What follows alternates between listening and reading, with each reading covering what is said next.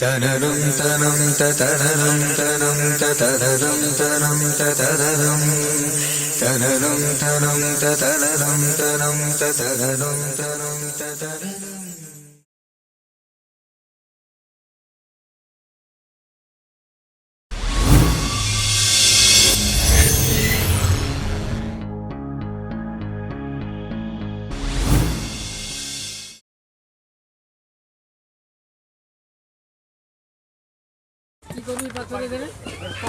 সব ব্যাগ আছে বিবেক দা নাকি? আচ্ছা আচ্ছা, এটা মধুর দা।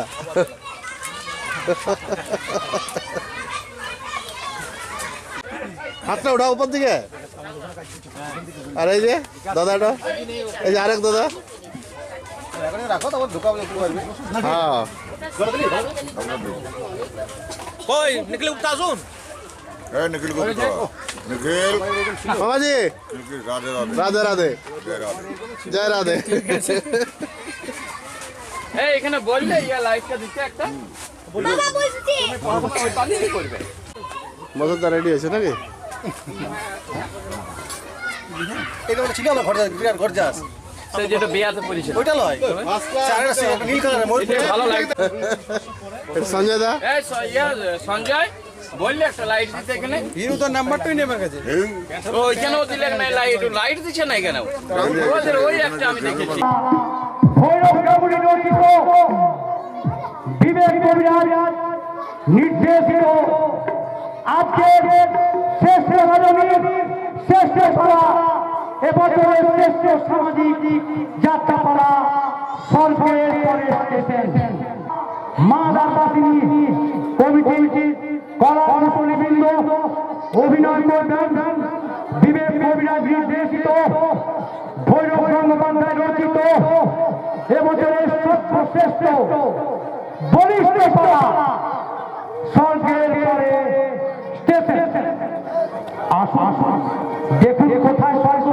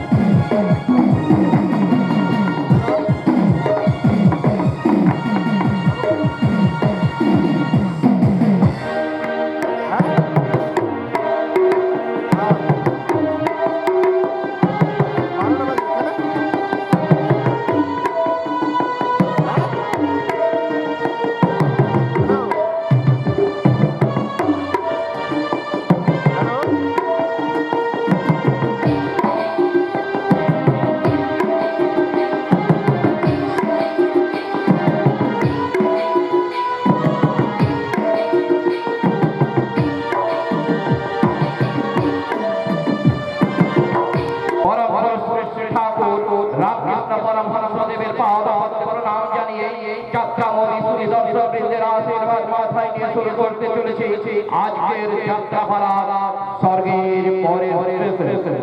জন্ম থেকে মৃত্যু পর্যন্ত বিরাট একটা রেলপথে, ওই রেলপথের নাম জীবন। হৃদয় সেই রেলগাড়ির ইঞ্জিন, বিবেক সেই গাড়ির ড্রাইভার, স্নেহ ভালোবাসা কর্তব্যের মায়া শান্তি স্টেশন পেরিয়ে সবে ভাবে রেলগাড়ি চলছে পিতা স্বর্গনাম স্টেশন থেকে। বিবেকের লাল সিগন্যাল মাঝে মাঝে গাড়ি থামিয়ে দিচ্ছে, আবার সবুজ সিগন্যাল, অবশেষে গাড়ি থামলো। উত্তর কম্পার্টমেন্ট গুলো দাঁড়িয়ে গেল মায়ের রাঙা চরণতলে, মায়ের এই চরণতলে জীবন গাড়ি স্টেশন। এটাই স্বর্গের পরের স্টেশন। রচনা ভৈরব গঙ্গোপাধ্যায়, নির্দেশনা বিবেক কবিরাজ, রূপসজ্জা আলো ধ্বনি বাসুদেব রেসাউ এবং রাজেশ রায় বাবুগ্রাম। বাঁকুড়া মঞ্চসজ্জা কমলা ডেকোরেটর বাবুগ্রাম, সহযোগিতা বংশীধর সাহিত্য মন্দির বাবুগ্রাম। পরিবেশনা মা ধার্মাশ্রী যাত্রা সংস্থা। অভিনয়ে বিবেক কবিরাজ, সাধনা বরামানিক, মধুর বাউরি, আনন্দ বাউরি, সমীর বাউরি, দয়া কুম্ভকার, জয়ন্ত পাথর, বাবন সিং, বানেশ্বর বাউরি, সঞ্জয় মদন, মাস্টার দিব্যজ্যোতি ও আরো অনেকে। শুরু হচ্ছে আজকের যাত্রাপালা স্বর্গের পরের স্টেশন।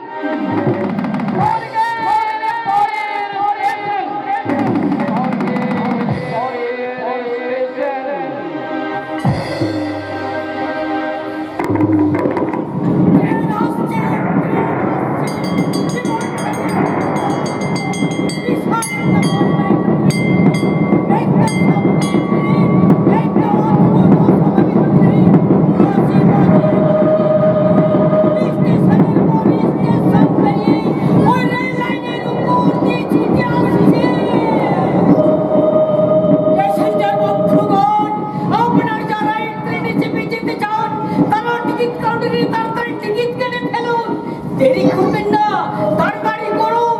শুনতে পাচ্ছেন না ঘন্টা বাজছে।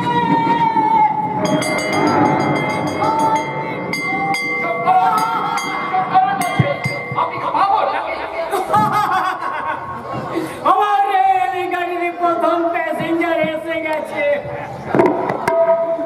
আপনি কে? আমি আমি আমি বিবেক। আমার নাম বিবেক। ওই হৃদয় পড়েছি আমার বাড়ি। বাবার নাম ছিল সত্য, মায়ের নাম সুনীতি। কিন্তু ওই আমার ঘর নেই, বাড়ি নেই, মা নেই, বাবা নেই, আমার কেউ নেই। ওই বিশ্বযুদ্ধের কিছু পরে 1350 সালের মধ্যে এই দেশের সব সংসারের বাবা সত্য বাবুরা, সব সংসারের মা সুনীতি দেবীরা মারা গেছে। আর ওই সত্য সুনীতির একমাত্র সন্তান এই বিবেক আজও কি দেখে বেড়াচ্ছে। কাঁদবেন না বিবেক বাবু, আমার জন্য, তার মায়ের জন্য। কাঁদবেন না আপনি, বাবা আপনি আপনি কাঁদবেন না বিবেক বাবু। আমি না, আমি আপনাকে ঠিক করতে পারিনি। আপনি আপনি আমার অপরাধ ক্ষমা করে আপনি আমার বাড়িতে আসুন প্লিজ। কি করে যাবো? এক্ষুনি যাবার ট্রেন এসে যাবে। আমি যে গার্ড সাহেব, তাই আমার এই সবুজ পতাকা দেখিয়ে ওই ট্রেনটাকে নিয়ে যেতে হবে স্বর্গের পরের স্টেশন। স্বর্গের পরের স্টেশন? হ্যাঁ প্যাসেঞ্জার বন্ধু, আপনি যদি স্বর্গের পরের স্টেশনে যেতে চান তাই তাড়াতাড়ি টিকিট কেটে ফেলুন। তাহলে আমি একবার এই সবুজ পতাকা দেখে ড্রাইভারকে গাড়ি ছাড়তে বলি, তাহলে কিন্তু আপনি আর ট্রেন ধরতে পারবেন না। আপনার বাবা মায়ের সঙ্গে দেখাও হবে না। বাবা মা গো,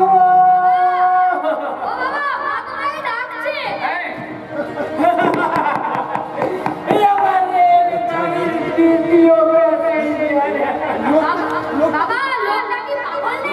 না রবি না, ওকে তুই পাগল বলিস না বাবা। রবি, তাহলে আপনার নামটা কি প্যাসেঞ্জার মশাই? ভুবন ব্যানার্জি।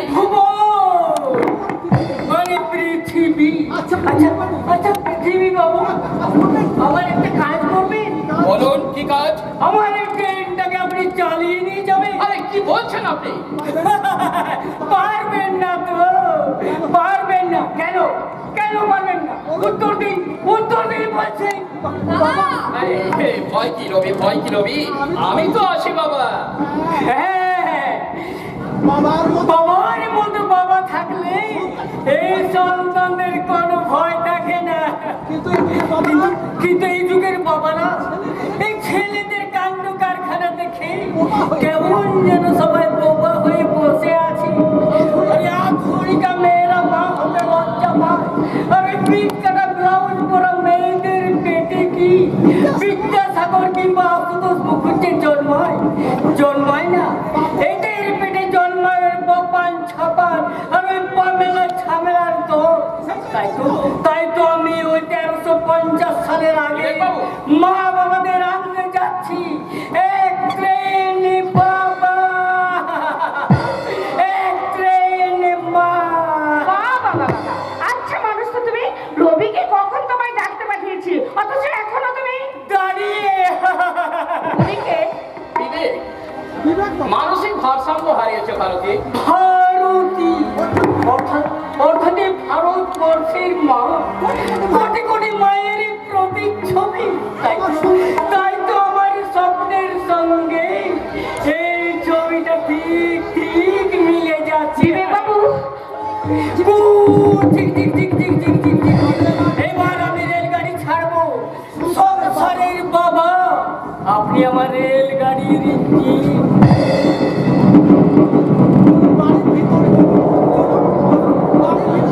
চলুন চলুন বিবেক বাবু, আপনি আমার বাড়ির ভেতরে চলুন। সংসারের মা, তুমি আমার রেলগাড়ির গান। আরে সন্তান ক্যামেরাগুলোকে মাঝখানে রেখে তোমাদের স্বপ্নের ভালোবাসার ট্রেন চালিয়ে দিয়েছ। ওই মায়ার স্টেশন পেরিয়ে পেরিয়ে ওই স্বর্গের স্টেশন।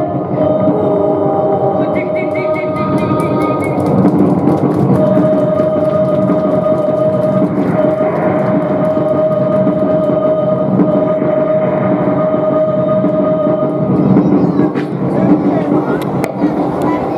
পেরিয়ে এলাম, চিঠিং করতে করতে পেরিয়ে এলাম। কত স্টেশন পেরিয়ে আমি আমার এই ভারতীয় স্টেশন, মানে বোনের মতো ভারতীয় বাড়ি স্টেশনে আমি নেমে পড়লাম। ভারতের জন্য না আমার মনটা খুব খারাপ লাগছে। তাই আমি ভাবলাম যাই, আমি দুদিন ভারতের বাড়িতে ঘুরে আসি। ভারত আমাকে খুব ভালোবাসে, দাদার মতো। আমিও তাকে ভালোবাসি বোনের মতো। আমাকে দেখলে না ভারতী সমস্ত কাজ ফেলে ছুটে আসবে। হ্যাঁ যাই, আমি ওদের ডাকি। ভারতী, ভারতী, আরে আরে নিখিল দা।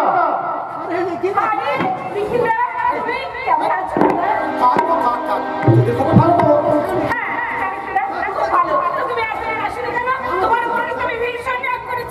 পাগলি কোথাকার, এই তো এসে গেছি। মামা আমার জন্য খেলনা এনেছো? হ্যাঁ রে বাবা, এই তো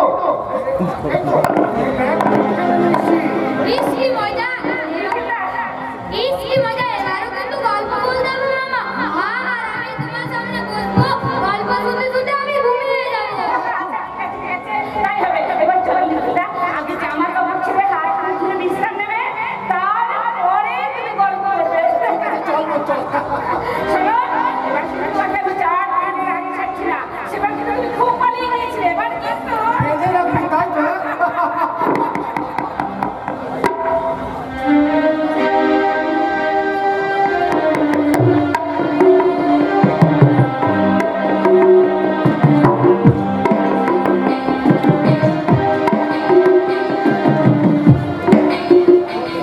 না না না, নিখিল বাবুকে নিয়ে ভারতীর বাড়াবাড়ি আমার কিছুতেই ভালো লাগছে না। ভারতী যতই বলুক, নিখিল বাবু ওর দাদার ছোটবেলার বন্ধু। নিখিল বাবু ওকে সেই সম্পর্কে ছোট বোনের মতো ভালোবাসে, তবু সেটা আমি মন থেকে কিছুতেই মেনে নিতে পারছি না। কারণ নিখিল বাবু ওর নিজের দাদা নয়, দাদার মতো। ওদের সম্পর্কের মধ্যে না একটা মত আছে, ভাইয়ের মতো বোনের মতো। ওই মত শব্দটাই যত নষ্টের মূল। তাই আজ আমি ভারতীকে স্পষ্ট করে বলে দেবো। তুমি একা একা দাঁড়িয়ে দাঁড়িয়ে একসঙ্গে কথা বলছি? নিজের সঙ্গে ভারতী। আরে নিজের সঙ্গে আবার কেউ কথা বলে নাকি? হ্যাঁ বলে ভারতী বলে, যখন সে নিজের গোপন কথা অন্য কাউকে বলতে পারে না না, তখন সে নিজেই নিজের সঙ্গে কথা বলে তার ভারতী। মানে তোমার গোপন কথা শোনার কেউ নেই, তাও তোমার গোপন কথা আমাকেও বলা যায় না, তাহলে তোমার সঙ্গে আমার বাজার থেকে কি আনতে হবে বলো, থলিটা দাও। বাজার যাওয়ার নাম করে তুমি এড়িয়ে যেতে চাইছো? আমার প্রশ্নের উত্তর তুমি এড়িয়ে যেতে চাইছো? হ্যাঁ তাই চাইছি ভারতী। আমি জানি তুমি বুদ্ধিমতী, ছোট সন্তানের মা হলেও না তোমার শরীরে রূপ যৌবনের কোনো অভাব নেই। কিন্তু আমি তো বেকার হলেও টিউশনি পড়েও সংসার চালালেও আমি তো পুরুষ বটে। পুরুষকে বাইরে ঝড়ে জলে ক্ষত বিক্ষত তুমি হতে না, আর তুমি মেয়ে, বাড়ির জানলা বন্ধ করে তুমি বসে থাকো। রাগ করো না লক্ষ্মীটি। নিখিলদা আমার দাদার বন্ধু। আমার দাদার মৃত্যুর পর নিখিলদা যে আমার দাদার জায়গাটা দখল করে বসে আছে, তাই নিখিলদা এলে আমি ঠিক মতো তোমাকে আমি সঙ্গ দিতে পারি। ঠিক আছে ভারতী, এবার থেকে তুমি তোমার ওই নিখিলদাকে ফুল টাইম সঙ্গ দাও, আমাকে পার্ট টাইম দিলেই হবে, কেমন? খুব হয়েছে। এই নাও, বাজারের মধ্যে কত আর টাকা আছে, তুমি সামনে দোকান থেকে জিনিসপত্রগুলো নিয়ে এসো, তারপর তুমি যা চাইবে তাই পাবে। ঠিক আছে মশাই? ঠিক আছে ভারতী। ঠিক আছে মশাই, ঠিক আছে। যাতে তোমার সব ঠিক থাকে, অসময় হলে আমি সেই ব্যবস্থাই করবো। আমার স্বপ্ন চিরদিনের সাথী,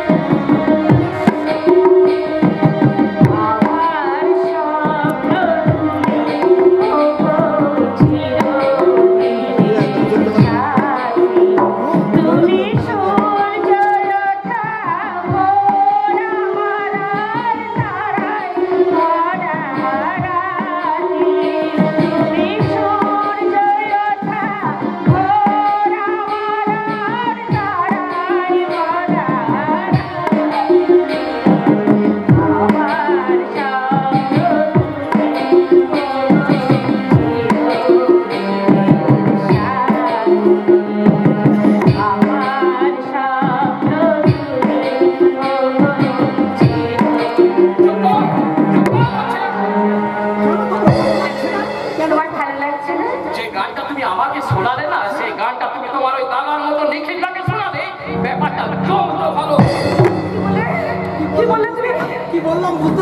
তুমি বুঝতে পারোনি? আজ নতুন নয়, অনেক দিন ধরে তোমাকে কথাটা আমি বলার চেষ্টা করেছি, কিন্তু তুমি আমার কোনো কথারই গুরুত্ব দাওনি ভারতী। কেন গুরুত্ব দেব? আমি কি তোমার মতো হীন মন্যতা? মুখ সামনে কথা বলবে ভারতী। তোমার অনেক অভিনয় করতে পারো, আমি তোমাকে ক্ষমা করে দিয়েছি। আমি তোমাকে কতবার বলেছি তুমি ওই নিখিলদার সঙ্গে মেলামেশা ভালো লাগে না। ভাই বোনের মেলামেশা তোমার ভালো লাগে না? ছি, তুমি না শিক্ষিত, কত ছাত্রদের জ্ঞানের কথা বলো, অথচ এত নোংরা তোমার মন।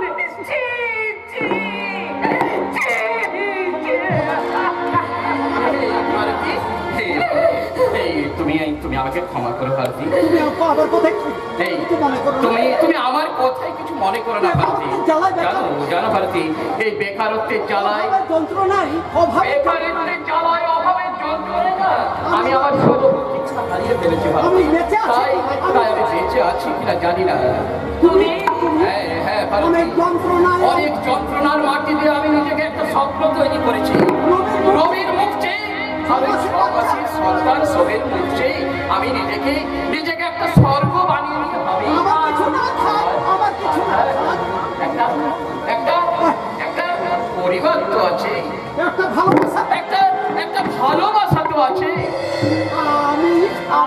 হ্যাঁ, তুমি আমার হৃদয়ের সান্ত্বনার পান্থ খাদো। তাই তাই তোমাকে কাছে না পেলে না ভারতী আমার অনেক কিছু করবে যায় সেই কথা যে কথা ঘটে গেল তুমি নিখিল বাবুকে কিচ্ছু বলো না কেমন, কারণ উনি জানলে না খুব রাগ করবে। আমি বাজার থেকে যা কিছু আছে নিয়ে জলদি করে চলে আসছি কেমন।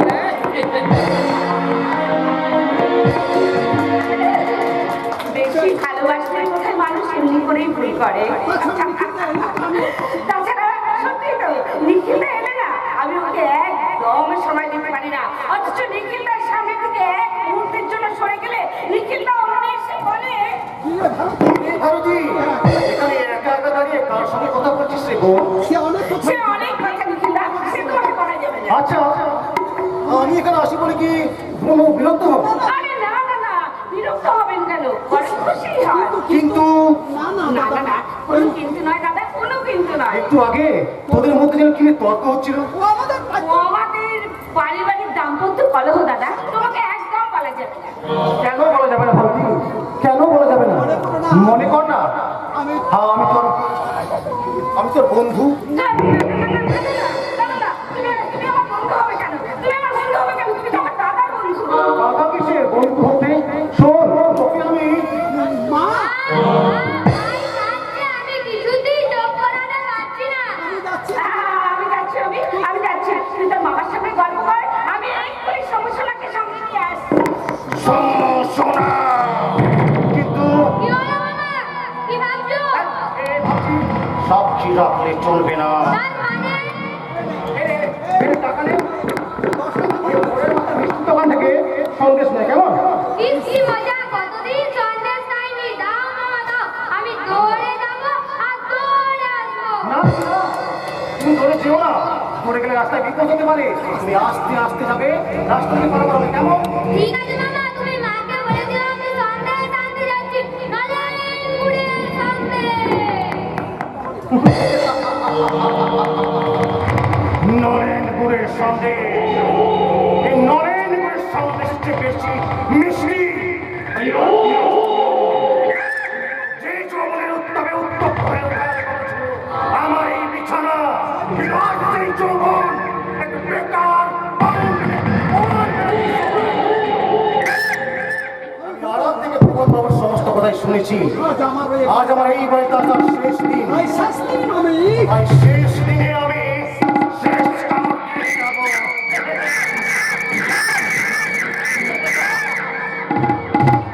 কি ব্যাপার দাদা, তুমি আমার করে হাসি কেন? এই তো সমস্যা তুই খাইছিস। হ্যাঁ, সমস্যা না, আমার দুধ খেয়ে আমার কোলেই ঘুমিয়ে গেছে। আচ্ছা আচ্ছা ওকে তুই শুয়ে দে। আচ্ছা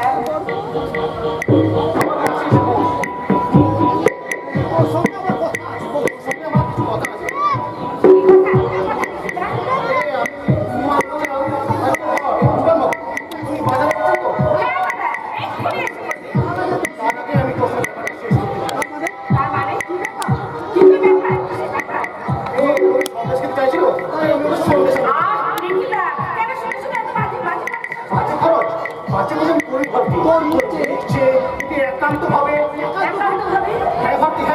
যে কথাটা আমি সবার সামনে বলতে পারি না, বলতে চাই।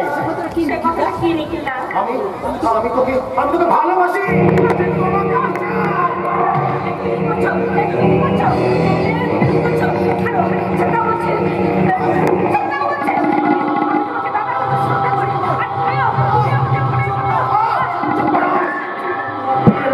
ভালোবেসেছিলাম কিন্তু আমার সামান্য ভুলের জন্য হাতটা হয়ে গেছে।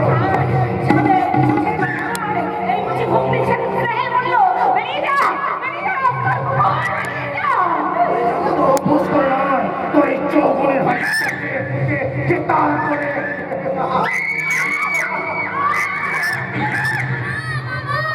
দোকান বন্ধ। কি ব্যাপার? সবাই এগিয়ে এগিয়ে যাচ্ছ কেন? আমি বাবা ডাকবো। বাবা, বাবা।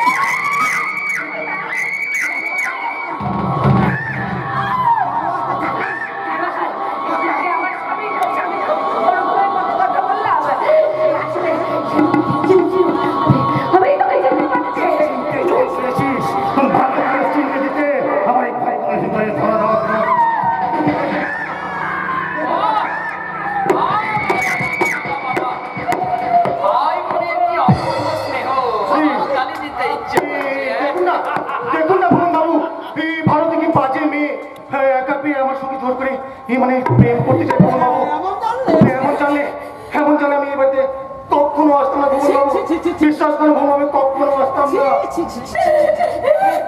চিচি ভারতী, তোর মনে এই ছিল রে বোন।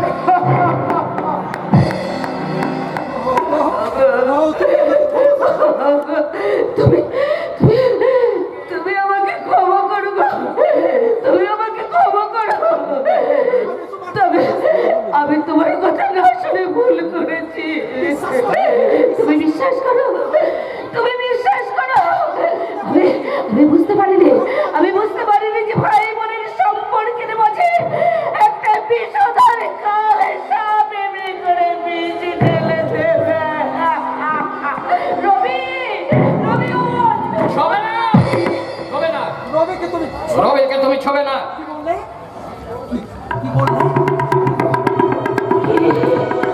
কি বললে, কি বললে তুমি? আমি ঠিকই বলেছি। স্ট্যান্ডটা সরানো দিয়ে রবি, প্রতিদিন আমাকে তুমি বারবার মিথ্যে কথা বলেছো। এই রবি, এই বর্তমানে তোর মাকে এই মুহূর্তে বাড়ি থেকে বার করে দে। তুই ওই দরজাটা বন্ধ করে দে।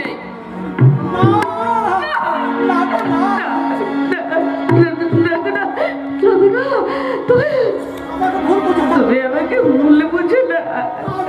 আমি আমি আমার ভুল স্বীকার করছি। তুমি তুমি আমাকে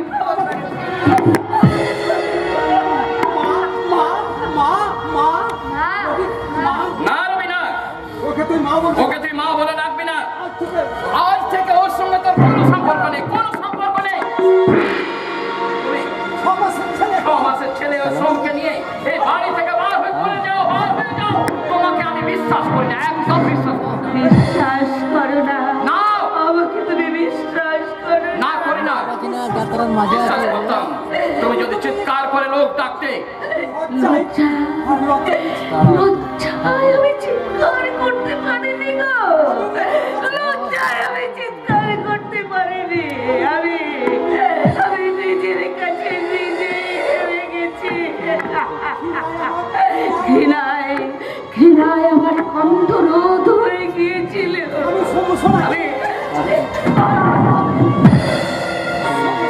আমি সমস্যাকে বুকে নিয়ে আমি তার মাথায় হাত দিয়ে দিব্যি করে বলছি, ওগো আমি বিশ্বাসঘাতিনী নই। ওই জানোয়ারটাই এই প্রথম আমার সামনে খারাপ ব্যবহার করলো। তবু তোমাকে আমি বিশ্বাস করি না। বেরিয়ে যাও, তুমি এই মুহূর্তে এই বাড়ি থেকে বের হয়ে যাও।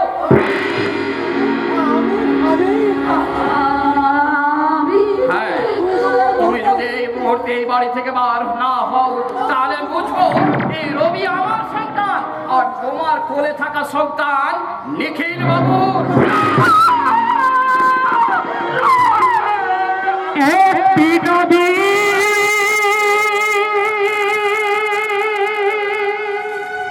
দুটি ভাগ হয়ে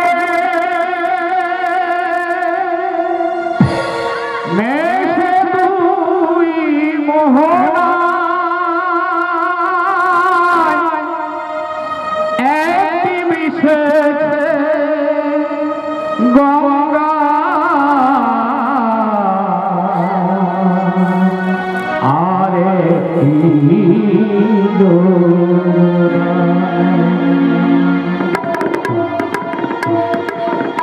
একটি নদী দুটি ভাগ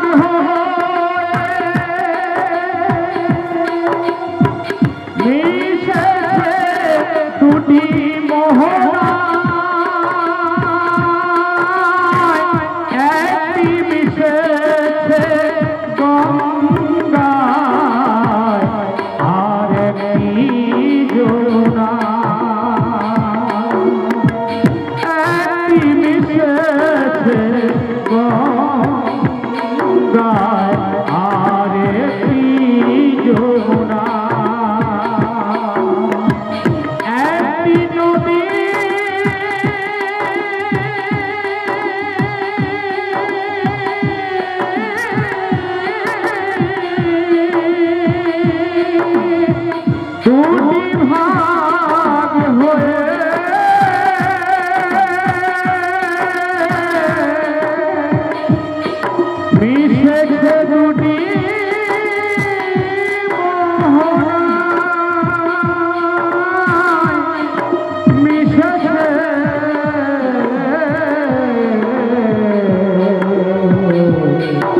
কি